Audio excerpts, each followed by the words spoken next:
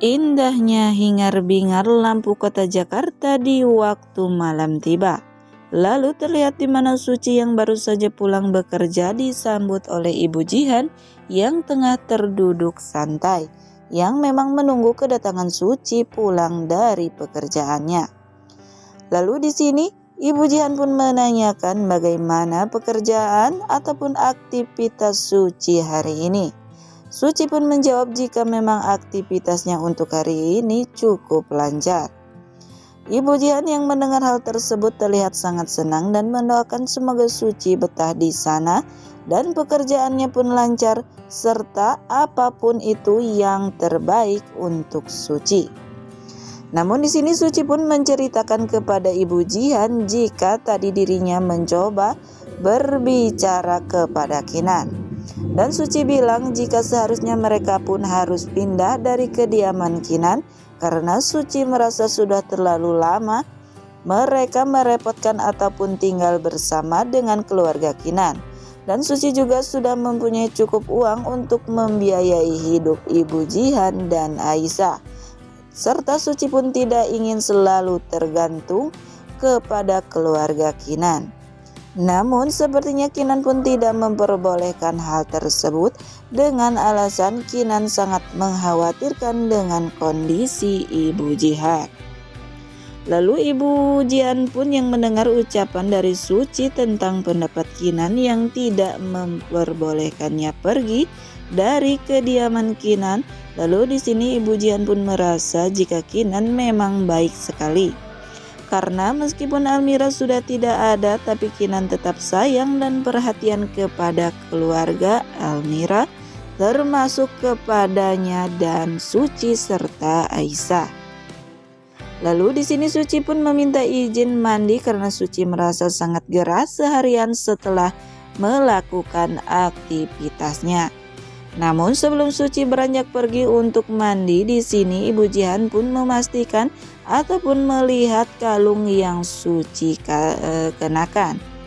Lalu di sini terbayanglah bagaimana Ibu Jihan dan Suci yang menyaksikan sendiri Ibu Suci yang tengah sakit dan sekarat. Di sini terlihat detik-detik terakhir Ibu Suci yang menyampaikan jika Suci bukanlah anak kandung dari ibunya, melainkan ibunya Suci menemukan Suci hanyut di sungai.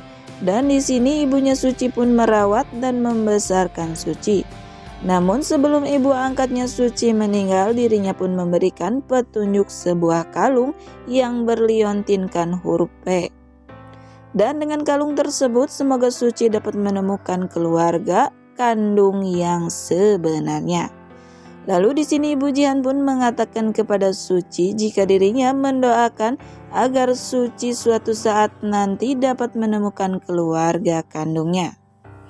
Namun Suci pun tersenyum dan mengatakan jika dirinya sudah ikhlas, karena bagi Suci kini Suci memiliki keluarga yaitu Bu De Jihan dan Aisyah. Dan Suci pun sudah merasa bahagia telah memiliki mereka berdua. Dan di adegan lainnya juga terlihat di rumah Nenek Aska. Nenek Aska yang tengah memandangi foto yang terlihat di foto tersebut adalah anak menantu Nenek Aska. Lalu di sini terlihat Nenek Aska pun sangat kangen dan merindukan anak dan menantunya tersebut. Nenek Aska pun terbayangkan bagaimana dirinya ketika menghadiahkan sebuah kalung berliontinkan huruf P kepada cucunya.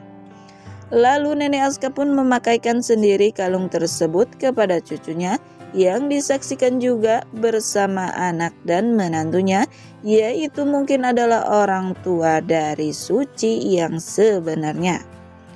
Nenek Aska pun menjelaskan jika kalung yang ia berikan berliontinkan huruf P adalah identitas keluarga dari Nenek Aska, yaitu huruf P adalah simbol dari nama Pradipta.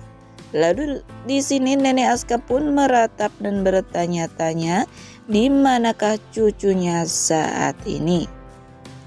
Dan di keesokan harinya terlihat Aska tengah bekerja di kantornya, lalu tiba-tiba sekretarisnya pun datang memberitahukan jika ada seseorang yang ingin bertemu dan bekerja sama dengan perusahaan Aska. Lalu di sini Aska pun memperbolehkan seseorang tersebut untuk segera masuk ke dalam ruangannya dan berbicara dengannya. Yang terlihat di sini Sila dengan percaya diri, Sila pun masuk ke dalam ruangan Aska sendirian tanpa didampingi oleh suaminya Rafa.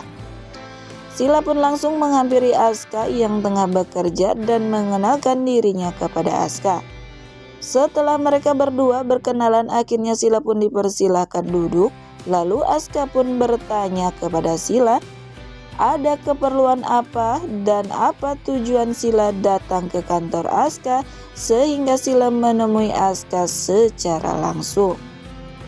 Namun di sini Sila pun tidak ada basa-basi lagi, langsung to the point dengan tujuannya. Jika di sini Sila pun ingin bekerja sama dengan Aska untuk menghancurkan perusahaannya Kinan. Dan di sini Sila pun terlihat tersenyum dengan yakinnya jika Aksa akan tertarik dengan tawarannya tersebut. Namun Aksa pun masih bingung dengan maksud dari Sila dan bertanya apa dari maksud Sila tersebut. Lalu Sila pun mengatakan jika tujuannya dengan Aska sama. Jadi di sini Sila pun yakin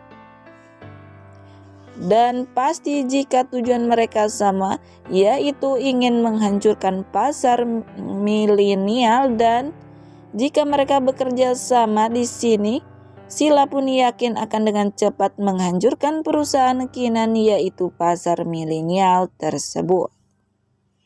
Namun di sini terlihat Aska pun tertawa mendengar perkataan Sila tersebut. Lalu di sini Aska pun meminta maaf kepada Sila karena dirinya tidak mengenal Sila siapa dan Aska tidak tahu apa yang Sila bicarakan. Dan di sini Aska pun tidak akan gegabah mempercayai orang yang belum ia ketahui ataupun belum ia kenal. Di sini Sila pun masih mengeyel dan mengatakan jika dirinya sudah mengetahui jika Aska bertujuan ingin menghancurkan keluarga Ibu Sarita. Lalu di sini Aska pun yang sudah hilang kesabaran dan tidak mau lagi mendengar ocehan dari Sila. Lalu Aska pun mengatakan sudah saatnya Sila untuk segera pergi dari ruangannya.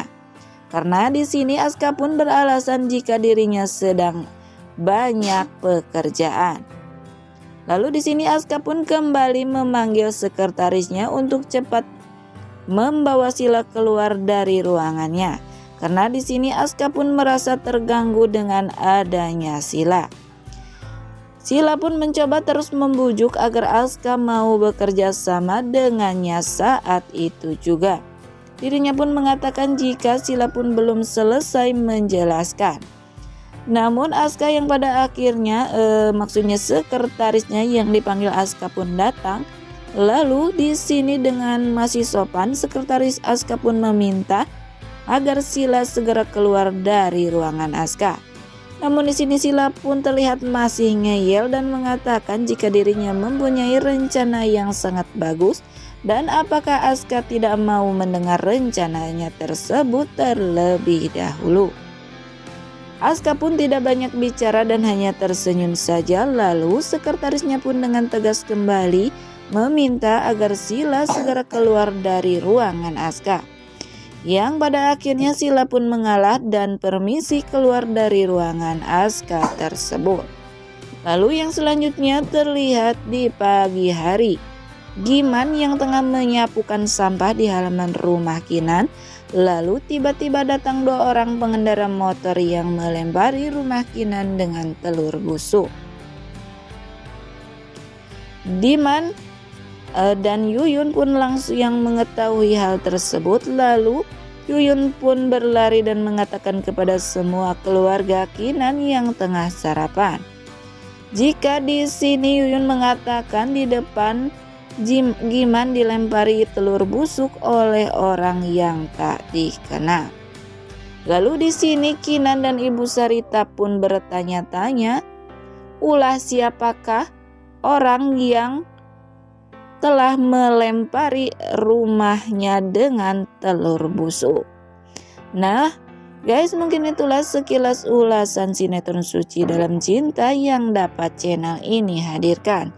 Dan bagi kalian yang masih penasaran dengan alur cerita selanjutnya, saksikan keseruan sinetron Suci Dalam Cinta yang tayang setiap hari pukul 19.40 waktu Indonesia Barat hanya di SCTV 1 untuk semua. Dan mohon maaf apabila ada kata-kata ataupun dalam penyampaian saya yang kurang baik. Sekian dan terima kasih. Saya pamit undur diri. Wassalamualaikum warahmatullahi wabarakatuh.